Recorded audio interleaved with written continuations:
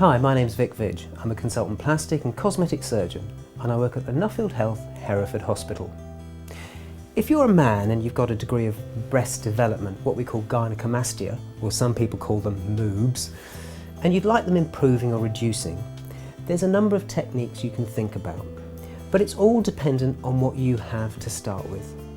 So if you have a moderate amount of breast formation and you have quite a full figure, you'll probably find that we can reduce this with just liposuction, and liposuction alone will often give you a good enough result.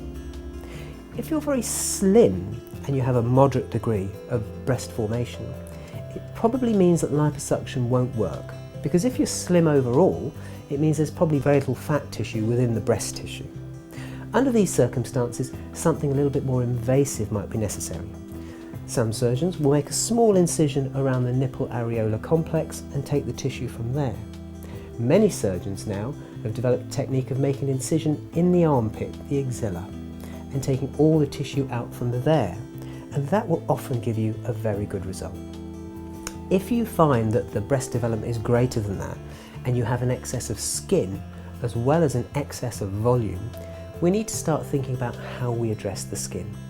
If it's a very small excess of skin, we can often take some skin out and leave you with a scar around the nipple areolar complex itself.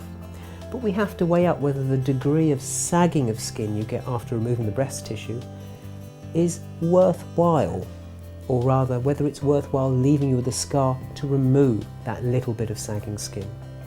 Where you're going to get a lot of excess skin, often it's easier and simpler to do a mastectomy type procedure where we'll simply excise the entire breast, take the nipple away and put it on as a free graft. So there's a technique available for almost any type of gynaecomastia you might have. So if you are concerned about the way your breasts look, why don't you pop along to your GP as your first port of call, just to make sure you have no medical reasons for the breast development.